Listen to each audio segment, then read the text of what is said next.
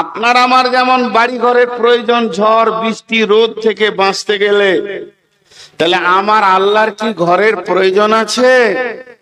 আল্লাহর কি বিছানার প্রয়োজন? আল্লাহর কি খাটের প্রয়োজন? না। রব্বুল আলামিন আছেন কোথায়? আর রহমান আরশে ইস্তাওয়া। আমার রব আরশের মধ্যে রয়েছেন, সেখানেই তিনি সমাসীন। তবে তিনার কোনো ঘরের দরকার নাই। মানুষের যেমন বস্তুর প্রয়োজন, আমার রবের কোনো প্রয়োজন নাই। প্রয়োজন শব্দটা রবের সঙ্গে লাগবে না। তিনি নিজেই বলেছেন আল্লাহুস সামাদ। ওই আল্লাহ অপ্রয়োজন কোনো তাওয়াক্কা করে না, কোনো মুখোপেক্ষী নয়, মানুষের মুখোপেক্ষী নয়, বস্তুর মুখোপেক্ষী নয়। সারা পৃথিবী সাজদা করলে আল্লাহ আল্লাহ, সারা পৃথিবী সাজদা ছেড়ে দিলেও আল্লাহ আল্লাহ, সারা পৃথিবী আল্লাহর বিরুদ্ধে চলে গেল আল্লাহ আল্লাহ। এই জায়গাটা আল্লাহর কেউ কমাতে বাড়াতে পারবে না। অতএব আল্লাহর কোন বস্তু বা ঘরের প্রয়োজন নাই। আল্লাহ এতটুকুই বললেন, ওই ঘরটা আমি রাখলাম, ওই ঘরটা আমি বানালাম উজিয়া লিন্নাসি, মানুষের জন্য, বিবাক্কাতাম মুবারাকা, পবিত্র ভূমি মক্কাতে।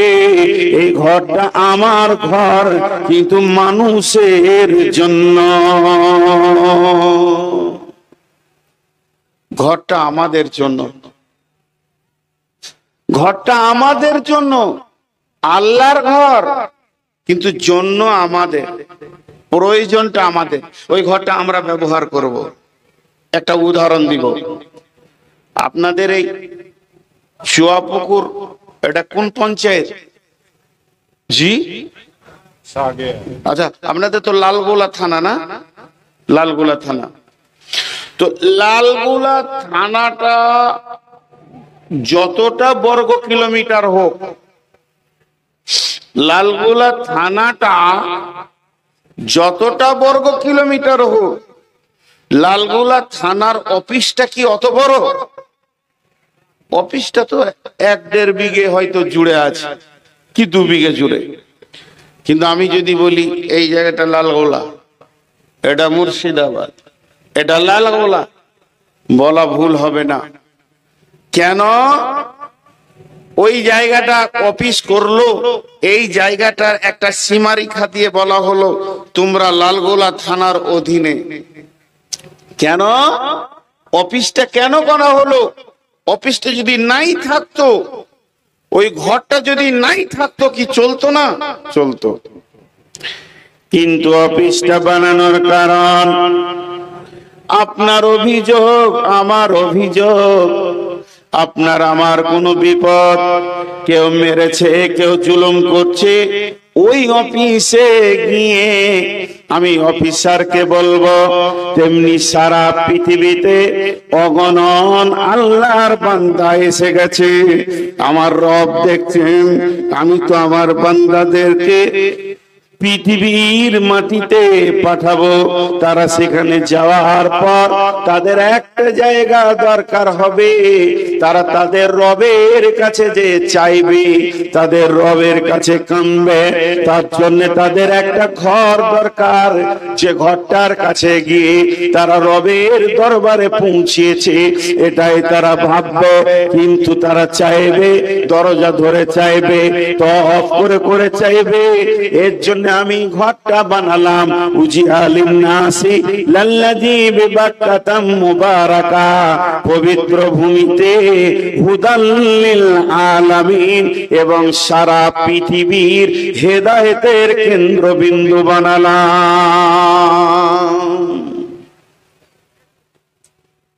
ছোট্ট একটা কথা বলে রাখছি, আমি জীবনে ফতোয়া দিই না, কিন্তু আমার এই ব্যক্তিগত ব্রেন থেকে একটা কথা বলে রাখছি।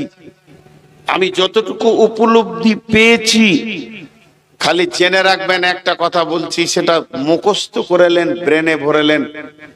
কাবার যে মুসাল্লাটা আছে, কাবার যে মুসাল্লাটা আছে, ওই মুসাল্লায় যে ইমাম, কিয়ামত পর্যন্ত যত ইমাম আসবে আল্লাহর রহমতের সহি আকীদার আসবে, আল্লাহর রহমতের সহি আকীদার আসবে।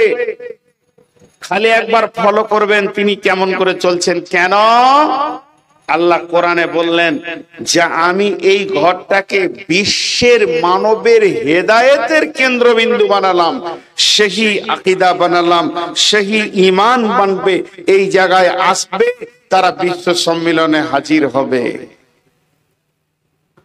তাহলে এই ঘরটার মূল্য কম নাই। একটু এগিয়ে যাই। ফিহি আয়াতুম মাকামু ইব্রাহিম, ফিহি আয়াতুম মাকামু ইব্রাহিম। আল্লাহ বলছেন আয়, তোদেরকে আমি দাওয়াত দিয়েছি আয়, কিন্তু তোরা ওখানে এসে কি দেখবি? এটা কালো ঘর, জিনা, সেটা দেখার কথা বলেননি। তবে যেটা দেখার কথা আল্লাহ বলছেন, ওই কাবার চত্বরের ভিতরে একটি জিনিস দেখবি তোরা, যেটা দেখার জন্য ডাকছে। সেখানে রয়েছে মাকাম ইব্রাহিম। এতগুলি নবী চলে গেল, কম বেশি 1.5 লক্ষ নবী গেল, 1,24,000 গেল। যে যা বলবে বলুক না কেন, হযরত আদম থেকে নিয়ে শেষ নবী পর্যন্ত এতগুলো নবী গেলেন, এতগুলো রসুল গেলেন। কোন নবী বা রসুল ওই জায়গাতে কাবার চত্বরে জায়গা পেল না, তাকে স্থান দেওয়া হলো না, তার নামে কোনো রেজিস্ট্রেশন হলো না, কোনো একটু জায়গা দেওয়া হলো না। এটা মুসার জায়গা, ঈসার জায়গা, হারুনের জায়গা, দাউদের জায়গা, এটা নবী সুলাইমানের জায়গা, নবী সলেহের জায়গা বলা হলো না। একটা নবীকে কেন্দ্র করে বলা হলো ফি আয়াতুম মাকাম ইব্রাহিম, যেটা কাবার দরজা, ওই দরজার সামনেই রয়েছে ইব্রাহিমের জায়গা।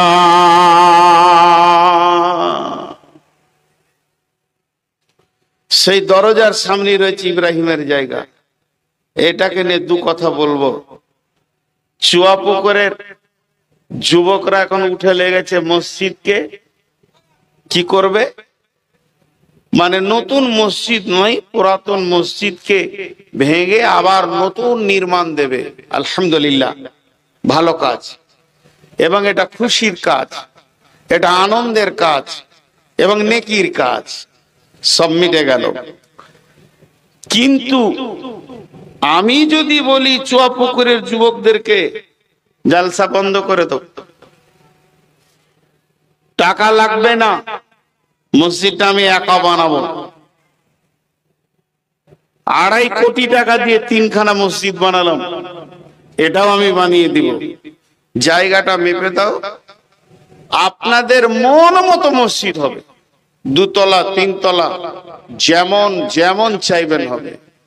কিন্তু শর্ত হচ্ছে একটা, যেটা ইমামের মেহরাব হবে, ওই মেহরাবের সামনে 5 কি 7 ফুট বাই 7 ফুট জায়গাটা আমার ব্যক্তিগত থাকবে। কেউ মেনে নিতে পারবে? কেউ মেনে নিতে পারবে? মুখ খুলেন, পারবে না। মসজিদের ভিতরে আপনার ব্যক্তিগত জায়গা কেন হবে? কাবা শরীফের মসজিদ যেটা হারাম, মসজিদে হারাম যাকে বলা হয়, এখানে আবার অন্য কথা বেরিয়ে চলে আসবে হারাম কেন বলা হচ্ছে। ওখানে অনেক কিছু আছে, বিষয় আছে, সেটা আজকে আমার বিষয় নয়, সময় থাকলে বলবো। তো কাবা শরীফের ওখানে গোল করে নামাজ হয়, তো বোঝানোর জন্য বলছি, টেবিলটা যদি কাবা শরীফ হয় তো গোল করে রাউন্ডে শুরু হয়ে গেল কাতার।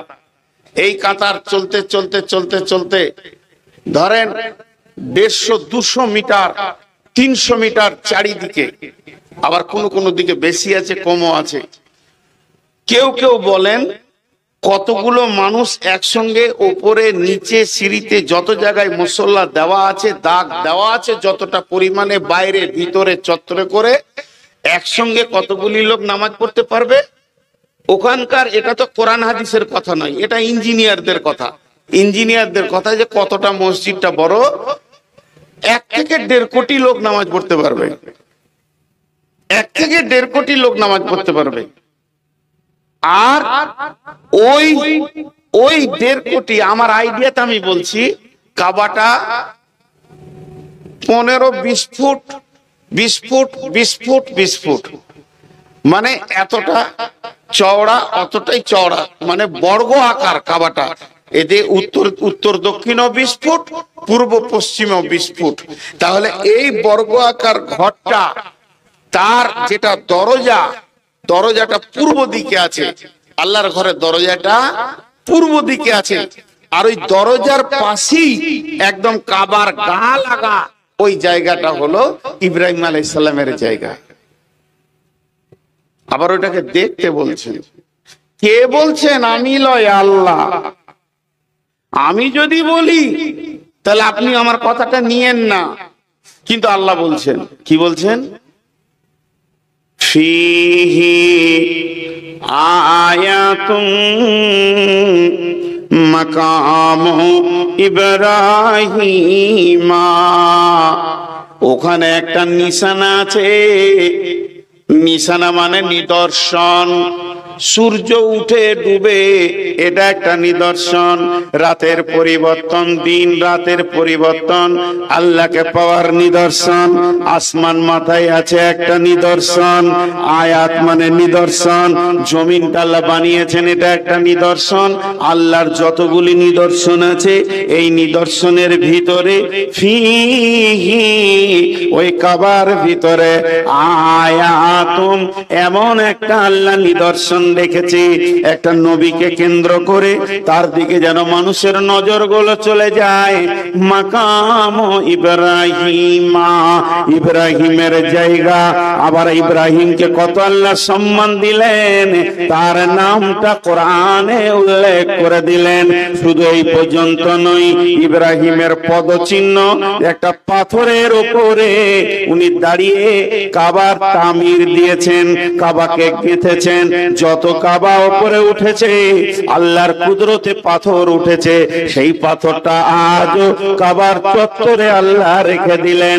এটাও নিদর্শন, নিদর্শন। হে মসজিদ বানানেওয়ালা, হে মসজিদ মানেওয়ালা, হে মসজিদের তামির দেনেওয়ালা, একবার ইব্রাহিমের নিদর্শনের দিকে খেয়াল করো। আল্লাহ কত সম্মান বাড়ালেন। ফিহি আয়াতুম মাকাম ইব্রাহিম।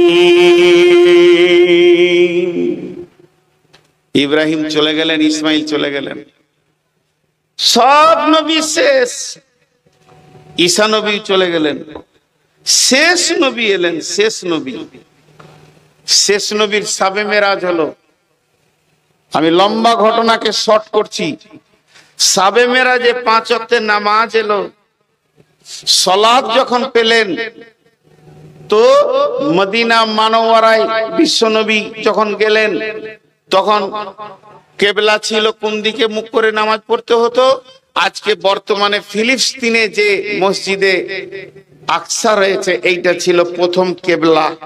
ওই দিকে মুখ করে নামাজ পড়তে হতো। আর ওই দিকে মুখ করে নামাজ পড়তে পড়তে আসরের নামাজের সময় আবার আল্লাহ ঘুরিয়ে দিলেন, তোমরা ওই দিকটা ছেড়ে দিয়ে মক্কার কাবাকে কেবলা করে লাও। লম্বা ঘটনা আছে। 2 রিকাত নামাজের দ্বিতীয় রিকাতে আল্লাহ রসুল রুকুর হালাতে ছিল ফিলিস্তিনের দিকে, কাবা মসজিদে আকসার দিকে। আর জিবরাইল আমিন কানে কানে বলে দিলেন যে আল্লাহ রসুল আপনি এবার আছেন তো, ধরেন ওটা উত্তর দিক হবে, মদিনা থেকে আছেন তো উত্তর দিকে, হয়ে যান দক্ষিণ দিকে। আল্লাহ রসুল উঠে দাঁড়িয়ে গেলেন, আল্লাহ আকবার আর বললেন না। সাহাবীরা রুকুর হালাতে আছেন, কাতারকে ফাড়তে ফাড়তে ফাড়তে ফাড়তে গিয়ে শেষ কাতারে ওই দিকে মুখ করে রুকু করে নিলেন। আর সাহাবীদেরকে বলে তোমরা ঘুরে যাও। পুরা কাতার আপনাদের মসজিদে ছিল এই দিকে, হয়ে গেল এই মুখে, দরজা মুখে হয়ে গেল। আসরের নামাজে এই ঘটনাটা ঘটেছিল মদিনা মানওয়ারাতে। তারপরে যখন কেবলা হয়ে গেল কাবাটা, এই যেটা বর্তমানে আছে মক্কাতে, আল্লাহ রসুল এবার সফরে এসছেন, উমরাতে এসছেন, হজে এসছেন, নামাজ পড়বেন। কেবলাকে সামনে রেখে নামাজ পড়বেন। তো মুসল্লাটা হাতে নিয়েছে, দেখেন কত মজার কথা। মুসল্লাটা হাতে নিয়েছে, হাতে নেওয়ার পর কোন দিকে বিছাবো গো, কোন দিকে বিছাবো, আর কোথাও বিছিয়ে নামাজ পড়বো আমি? এ তো চারিদিকে নামাজ হবে। এবার আমাদের রমজানে যে উমরায় গিয়েছিলাম, হোটেলটা যেদিকে ছিল পূব দিকেই নামাজ পড়ে এলাম। সূর্য উঠছে ওই মুখী নামাজ পড়ছি, কারণ হোটেলটা পশ্চিম দিকে ছিল কাবার। তো কোন দিকে বিছাবো?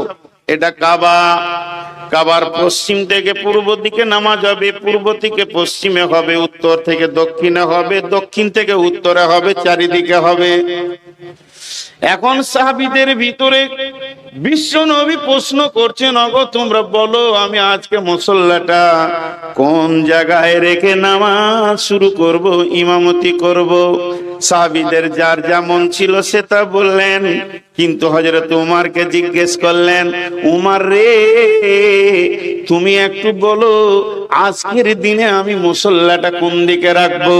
হযরত উমর বললেন, ইয়া রাসূলুল্লাহ আমার বলতে 2 মিনিট লাগবে। বলছে বলো। বলি, ইয়া রাসূলুল্লাহ এটা কাবার পশ্চিম দিক, এটা কাবার পূর্ব দিক, এটা কাবার উত্তর দিক, এটা কাবার দক্ষিণ দিক, কিন্তু একটা জিনিস খেয়াল করেন, আমার আল্লাহ কাবার পূর্ব দিকটা কত ভালোবেসেছেন। কাবার পূর্ব দিকে রয়েছে হাজরে আসওয়াদ, কাবার পূর্ব দিকে রয়েছে জমজমের কূপ, কাবার পূর্ব দিকে রয়েছে সাফা মারওয়া, কাবার পূর্ব দিকে রয়েছে আল্লাহর ঘরের দরজা, আবার কাবার পূর্ব দিকেই রয়েছে আপনার দাদার বংশের পদচিহ্ন ইব্রাহিমের, আবার কাবার পূর্ব দিকেই রয়েছে জায়গাটা ইব্রাহিমের। আল্লাহ তাকে কত ভালোবাসে, এত বড় পরিধি মসজিদের ভিতরে সামান্য জায়গা ইব্রাহিমকে তুলে দিয়েছে। আর আপনি ওই বংশের সন্তান, আপনি সেই বংশের গৌরব, আপনি সেই বংশের সুসন্তান, আপনি সেই বংশের আখিরি নবী। আর হযরতে ইব্রাহিম চোখের পানিতে কাবার তামির দিতে গিয়ে কেঁদে বলেছিলেন, সূরা বাকারায় আছে, আয়াত মুখস্থ নাই ভাই, সূরা বাকারায় আল্লাহ বলেছেন হযরত ইব্রাহিম 3খানা দোয়া করেছিলেন। তার মধ্যে একটা দোয়া ছিল, আমার ইসমাইলের বংশধরের প্রতীক চিহ্ন যেন পৃথিবী থেকে নিশ্চিহ্ন না হয়ে যায়, ইসমাইলকে যেন আল্লাহ কায়েম রাখো, আমার ইসমাইলের নাম যেন কিয়ামত পর্যন্ত থাকে।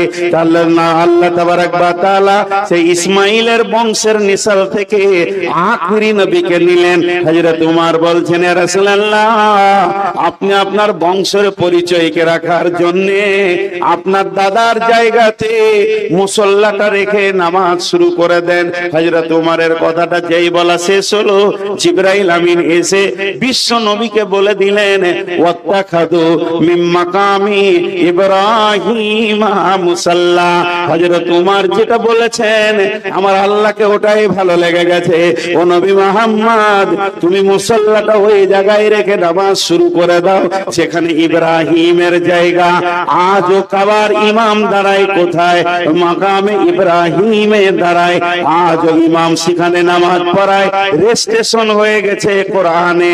এটা লালগোলার রেজিস্ট্রি অফিসের রেজিস্ট্রি নয়, এটা আমার বর্ধমানের রেজিস্ট্রি অফিসের রেজিস্ট্রি নয়, এটা স্বয়ং আল্লাহ রেজিস্ট্রি করেছেন। 2টি জিনিসকে কোরআনে পৃথিবীর কোন বাদশা কেটে দিতে পারবে না, পৃথিবীর কোন নবী কেটে দিতে পারবে না। একটা হলো, এটা হলো মাকাম ইব্রাহিম, এটা ইব্রাহিমের জায়গা, ওটা পৃথিবীর কেউ অন্য নামে করে দিতে পারবে না, স্বয়ং আল্লাহ দিয়েছেন ওটা। আর দ্বিতীয় হলো তুমি মুসল্লা রাখো এখানে, এটা আমার রব বলে দিয়েছেন। আজও মুসল্লা সেখানেই রাখা হয়।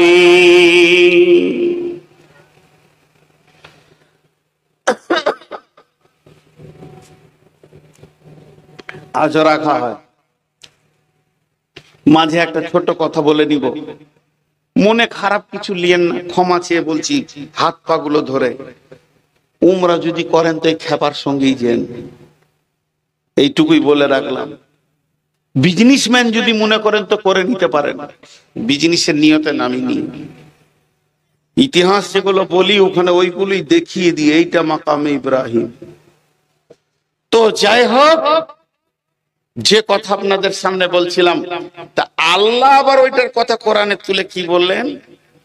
ওয়ালিল্লাহি আলান নাসি হিজ্জুল বাইতি মান ইসতাতাআ ইলাইহি সাবিলা। হে বিশ্ববাসী রে, হে বিশ্ববাসী রে, আমি তোমাদের দাওয়াত দিলাম, আমার ঘরে তোমরা এসো, আমার ঘরে তোমরা এসো। যদি তোমাদের ইস্তাতাত আমার ঘরে পৌঁছানোর ক্ষমতা হয়ে যায়, হে আমার গোলামের দল, তোমরা আমার ঘরে এসো, এসো। তাহলে ওখানে ডাকলেন কেন? এইগুলো দেখবেন। এগুলো দেখলে কি হবে? আপনার জজবা বাড়বে, ইমানি জজবা।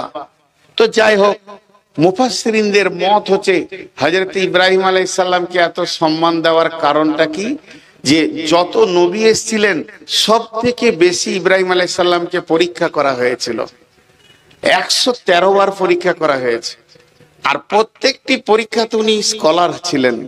তার মধ্যে 13 বার কঠিন, তার থেকে কঠিন 3 বার। সেই 3 বারের ভিতরে একটা বার হচ্ছে ছেলের গলাতে, বাচ্চার গলাতে ছুরি দেওয়া। কোরআন বলছে এটা সহি জয়ীফের নাই। জি, সন্তানের গলাতে একবার ভাবেন তো, আপনি আপনার বাচ্চাটাকে সামনে রেখে, বেটা সৌ তো তোমাকে জবাই করব আমি আল্লাহর জন্য। এই পরীক্ষাগুলো তিনার উপরে হয়েছিল, এই জন্য এই সম্মান। তা আমি আপনাদের সামনে এই ইতিহাসটা কেন দিলাম? আজকে আপনারা সেই ইতিহাসে নামতে চলেছেন। আমার নসিবই খারাপ। ওই চাওয়াল, আপনি উঠেন, আপনি উঠেন, দাঁড়ান, দাঁড়ান, একদম বাইরে যান। খুব শিয়ানা মাল, ভাবছে হয়তো দেখতে পাই না। আমার কাজই ওই সোজা লালগোলা স্টেশন, নাইলে বহরমপুর। তো এটা হলো একটা ছোট্ট ইতিহাস বললাম। কেন বললাম? বিভিন্ন জিনিসকে নিয়ে মতান্তর হয়েছে, বেশ কিছু জিনিস নিয়ে। মসজিদ পৃথিবীর প্রথম কোনটা? কেউ বলছে কাবাটা, তো কাবার তো কেবলা। ওখানে যে মসজিদ আছে, মসজিদটার নাম হারাম, মসজিদটা গোল, বলছে এইটা প্রথম। আর একটা দলিল এসছে পৃথিবীর প্রথম মসজিদ হচ্ছে মসজিদে নববী।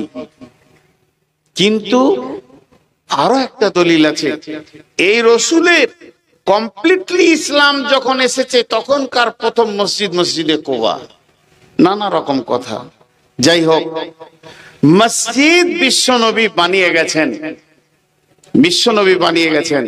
আল্লাহ বলছেন বিসমিল্লাহির রহমানির রহিম, ইন্নামা ইয়ামুরু মাসাজিদাল্লাহি মান আমানা বিল্লাহি ওয়াল ইয়াউমিল আখিরি ওয়া আকামাস সালাতা ওয়া আতাস যাকাতা ওয়া লাম ইয়াখশা ইল্লাল্লাহ ফাআসা উলাইকা আইয়াকুনু মিনাল মুহতাদিন। মাঝে একটা কথা ছাড়া গেছে বলিনি, এই কাবাটা অনেকবার বানানো হয়েছে, কিন্তু একবার দুবার নয়, অনেকবার অনেকবার। আদমের জামানায় হয়েছে, সব নবীর জামানায় ওটাকে, মানে আপনারা যেমন মসজিদকে বানাচ্ছেন এইভাবে বানানো হয়েছে। শেষ নবীর জামানাতে হয়েছে, শেষ নবীর বাচ্চা অবস্থায় হয়েছে, ইতিহাস আছে। তো বিভিন্ন ভাবে বানানো হয়েছে। তো তার মধ্যে আল্লাহ এবার কি বলছেন, যারা মসজিদ বানাবে তাদেরকে বলছেন, আপনাদেরকে একটা ছোট্ট করে কথা জিজ্ঞেস করি, একটু হালকা আওয়াজে উত্তর দিবেন, চিল্লাতে হবে না, যাতে করে আমি বুঝতে পারবো যে আপনারা মন দিয়ে শুনছেন। সেটা হচ্ছে যে মসজিদ ভাঙা গোনা না নাকি?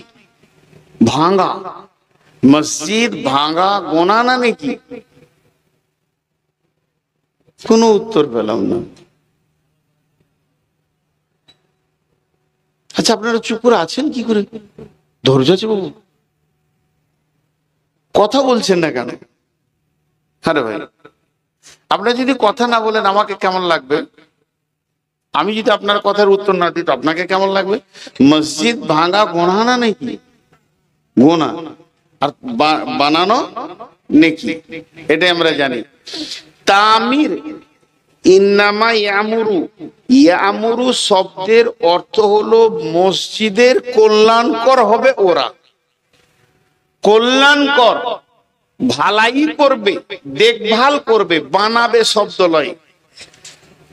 তাহলে প্রয়োজনে ভাঙতে হবে, তখন ভাঙলে নাকি আবার গড়তে হবে, গড়লে নাকি। এখন এই মসজিদটা ভাঙতে হবে, অর্ডার হয়েছে, টাকা পয়সা হয়ে গেছে, মাল এসে গেছে। জি, আমাদের এলাকায় আমি যে মসজিদ করলাম তো দুইটা মসজিদ, তিনটা মসজিদ ভেঙেই বানানো হলো। একটা জিসিবি কে বললাম যে ভাই মসজিদটা কালকে ভেঙে দাও, বলছে ওই কাজ কি আমি করি? ওকে আর কি বুঝায়? অনেকবার বললাম তুমি যা নেবে নেবে, খালি ভেঙে ট্রাক্টরে তুলে দাও। না হুজুর, আপনি যা বলবেন সব করব, কিন্তু এই কাজ করতে পারবো না। ওর ধারণাটাই খারাপ। মসজিদ ভাঙলে নাকি, এখন যদি মসজিদটা ভাঙতে হয় লিভার খরচা হবে 20,000 টাকা, কিন্তু যুবকরা বলছেন আমরা ভেঙে নিব, কাউকে দিব না। এবার যদি ধীরে ধীরে ভাঙেন তো অনেক মাল পেয়ে যাবেন। খবরদার জিসিবি দিয়ে ভাঙবেন না, ধীরে ধীরে ভাঙবেন তো ইট অনেক পেয়ে যাবেন, অনেক মেটেরিয়ালস পেয়ে যাবেন। তো এবার কোন মসজিদ ভাঙলে নাকি, ভাঙা হয়ে গেছে, এরপরে করলে নাকি, তখন আবার ভাঙলে গোনা, আবার এখন না ভাঙলে গোনা। ভাইরা, আবার না ভাঙলে গোনা এটা নয়, না ভাঙলে আপনি নেকিতে শরীক হতে পারলেন না। আল্লাহ তাবারাক ওয়া তাআলা ভাষাটা ব্যাপক শব্দে বলেছেন, অনেক একটা শব্দে ব্যাপক অর্থ রয়েছে।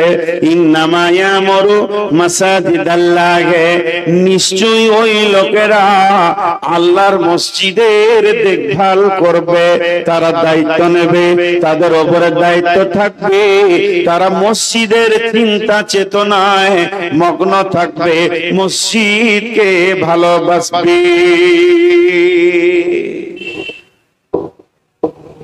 আমি কাউকে টার্গেট করে বলছি না, বক্তব্যের বিষয় তাই বলছি। আপনাদের এলাকায় বেনামাজি মসজিদ কমিটি আছে? এত চুপ কেন এরা? ওটা তো দ্বিতীয়বার জিজ্ঞেস করলাম, প্রথমবার জিজ্ঞেস করলাম তখন চুপ কেন? বেনামাজি মসজিদ কমিটি আছে? এরা ভয়ে ভয়ে বলছে আছে আছে আছে, মানে ওরা এইখানেই আছে, মারবে আর কি। হ্যাঁ, বেনামাজি, চোর, মাতাল, আর বলবো না, নোংরা নোংরা চরিত্রের লোক মসজিদ কমিটি আছে। সুদের বিজনেস দাপিয়ে চালাচ্ছে, আবার মসজিদের মতোয়াল্লি হয়ে বসে আছে। আছে না নাই? জোরে বলেন। এত ভয়। তো এরা মসজিদকে নিয়ে দায়িত্ব নিয়েছে। এটা আল্লাহ রসুল বলেছেন যেটা কিয়ামতের আলামত, কিয়ামতের আলামত। মসজিদ, মসজিদ মানে সাজদা করার জায়গা। আল্লাহ তাবারাক ওয়া তাআলা বলছেন মসজিদ বানাবে ওরা, মসজিদের দায়িত্ব নেবে ওরা, মসজিদে দান করবে ওরা, যাদের ভিতরে 5টা গুণ আছে।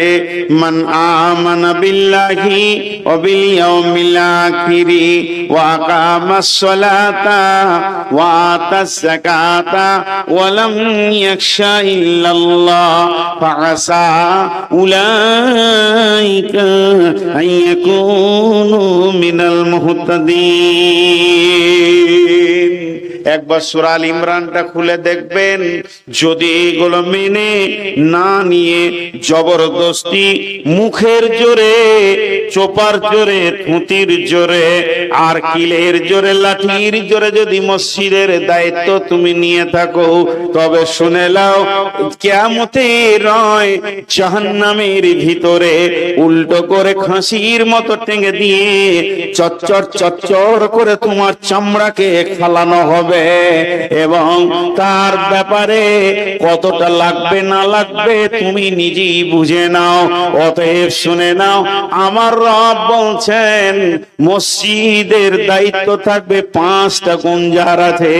1 নম্বরে যার আল্লাহর উপরে ঈমান আছে, 2 নম্বরে যে আখিরাতের উপরে বিশ্বাস রাখে, 3 নম্বরে যে নামাজ পড়ে, 4 নম্বরে যে যাকাত দেয়, 5 নম্বরে এক আল্লাহ ছাড়া পৃথিবীর কাউকে ভয় করে না। এই 5টা গুণ যার ভিতরে আছে, আল্লাহ বলছেন ওই বান্দা আমার মসজিদের দায়িত্ব নেবে। জি মারবে বলছে নাকি লাঠি? না মারিয়েন না গো। কতক্ষণ হলো? আধা ঘন্টা হলো।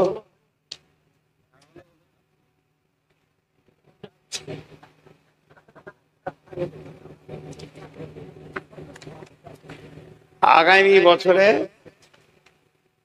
জালসার ডেট লিখবো, যারা আসবে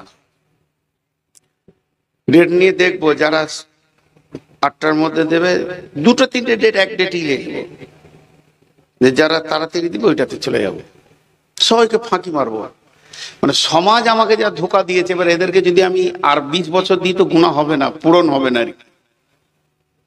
এতগুলো ধোকা খেয়ে আছে আপনাদেরই এলাকায়। আমি এসে বলছি ভাই ক্লান্ত আছি, শোয়ার জায়গা দেন। বলছি শুলে হবে? প্রধান বক্তা বসে থাকতে হবে, লোক দেখবে, তবেই তো বুঝবে যে এসেছে। শুতেও দেয় না আপনার এলাকায়। কান ধরেছি, জীবন আর যায় না। 6বার ফোন করেছে, না আমি বসতে পারবো না। বলছে না স্পেশাল ঘর থাকবে না, বসতে পারবো না। আজকে এসিতে ছিলাম। তো যাই হোক, মসজিদে বানাতে গেলে 5টা গুণ থাকতে হবে। সেই 5টা গুণ আমাদেরকে ভেবে দেখে নিতে হবে। আল্লাহর প্রতি ঈমান, আল্লাহর প্রতি ঈমান থাকতে হবে। সবারই তো ঈমান আছে আল্লাহর উপর। টাকাগুলো গুটিয়ে ভরে নিয়েছেন নাকি এখানে টেবিলে? টাকাগুলো কই নিয়ে চলে গেছে আল্লাহ। তাহলে কি করে কি বলবো? দেন 100-200 টাকা কেউ দান করবেন তো করেন, চট করে দেন। 500, 500, 1000। দেখেন এই টাকাটার দিকে এবার তাকান। এরা কিন্তু টাকাটা আমাকে দেয়নি, এটা দিয়েছে কাকে? আল্লাহকে। কাকে দিয়েছে? আপনারা আমার সঙ্গে কথা বলেন। এই টাকাটা দিয়েছে কাকে? আল্লাহকে। কোথা ছিলি ভাই এতক্ষণ? বাড়িতে এত লেটে আসে, আমার দুয়ারই পাইনি তখন থেকে রে। যা আবার মিষ্টি খেয়ে। তো এই টাকাটা, হ্যাঁ হ্যাঁ আমার পরে তোর বায়না হয়ে যা। এখন কালেকশন করবো না, যাবে কালেকশন যা আবার হয়ে গেছে, আর কালেকশন করবো না। এই টাকাটা দিয়েছে আল্লাহকে। এবার এই টাকাটা আমি হাত দিতে যাচ্ছি, আমি মসজিদ কমিটি সেক্রেটারি, এই পর্যন্ত এসেছে। উদাহরণটা দিচ্ছি এবং আয়াতের সঙ্গে মিলাচ্ছি। টাকাটা আমি নিব, নিয়ে আমার কাছে রাখবো বা আমানত রাখবো, কাজে লাগাবো, মসজিদের কাজ করব। যখন এই টাকাটা হাত দিতে গেছি, মনে করেন বলছি, আবার মনে করেন বলছি, মানে ওটা মনে মনে ধরতে হবে। আল্লাহ বলছে এই দাঁড়া, এই টাকাটা কার? টাকার মালিক হলো আল্লাহ। আল্লাহ যখন টাকাটার মালিক, আল্লাহ বলছেন মান আমানা বিল্লাহি, যদি আমার উপর ঈমান থাকে তবেই তুই আমার টাকাতে হাত দে। আমি নূর মোহাম্মদকে বলছি আর কি। আমি এই মসজিদের সেক্রেটারি, এই মসজিদের কমিটি, মতোয়াল্লি, যেই হোক, ক্যাশিয়ার, আমার উপরে ঈমান আছে? আমি বলছি হ্যাঁ আছে। আল্লাহর উপরে যতটা বিশ্বাস রাখা দরকার অতটাই বিশ্বাস আছে। আল্লাহ বলছে দাঁড়া, আর একটু দাঁড়া।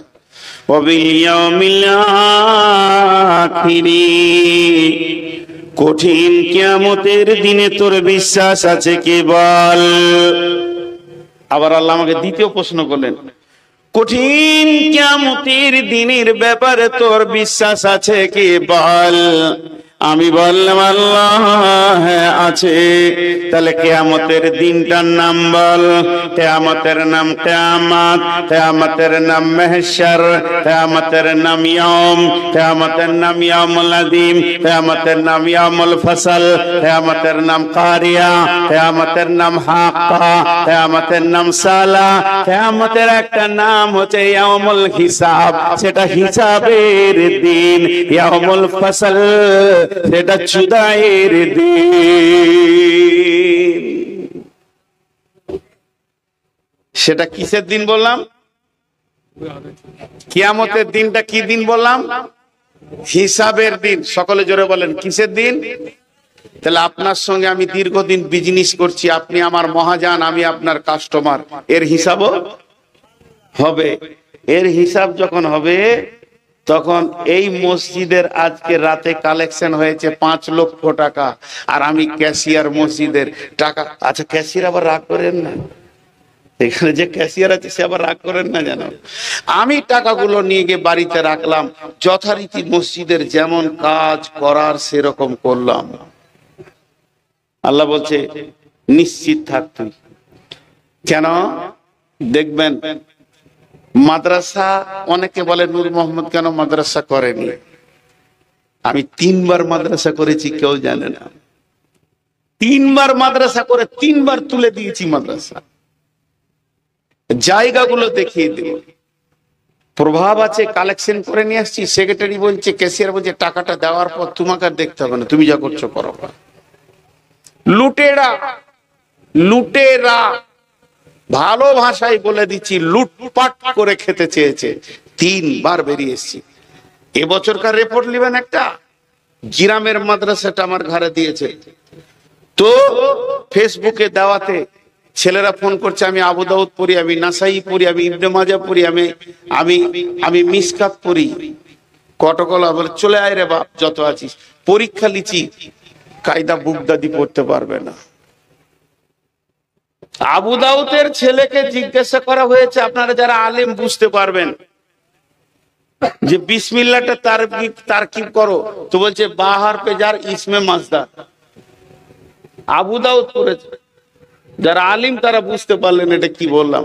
ও ক্লাস 1 এর উপযুক্ত নয়। তাহলে আজকে চুয়াপুকুর মাদ্রাসা, আজকে লাল গোলাম মাদ্রাসা, আজকে এইরকম যত মাদ্রাসা আছে, চুয়াপুকুর বলছি মানে এটা খারাপ আমি বলছি না, আমি আস্তাগফিরুল্লাহ, মাফ চাইছি, উদাহরণ দিচ্ছি। আজকে আমার মাদ্রাসাটারই কথা বলছি, বছরে 40 লক্ষ টাকা ব্যয় আছে, আর একটা ছেলে আলিফ শিখতে পারেনি। ওই ব্যয়টা আমানত হয়েছে না খেয়ানত হয়েছে? আলেমদেরকে জিজ্ঞেস করবো। 22টা একসঙ্গে 24টা ছেলে এলো, মাত্র 3টে ছেলে তাও তার আবু দাউদ নাসাই পড়ে চলে এসছে। 3টে ছেলে ক্লাস 1 এ ভর্তি হলো। ওদেরকে বুঝানো হলো, বলে হুজুর যে ক্লাসে নেবেন ওটাতেই হবো, আমরা আলেম হতে চাই। আর বাকিগুলো কেটে পড়লো, কেটে পড়। টিকছে না। আমি বলে দিয়েছি 10টা শিক্ষক আছে, 10টা শিক্ষক থাকবে, 3টে ছেলে থাকবে, 3টে। 10টা শিক্ষকের বেতন দিব, 3টে ছেলে থাকবে। অভিভাবকদেরকে বলছি, বিশেষ করে আপনাদের হাতগুলো ধরছি, পা গুলো ধরছি, মাসে 3 বার সুগার চেক করেন।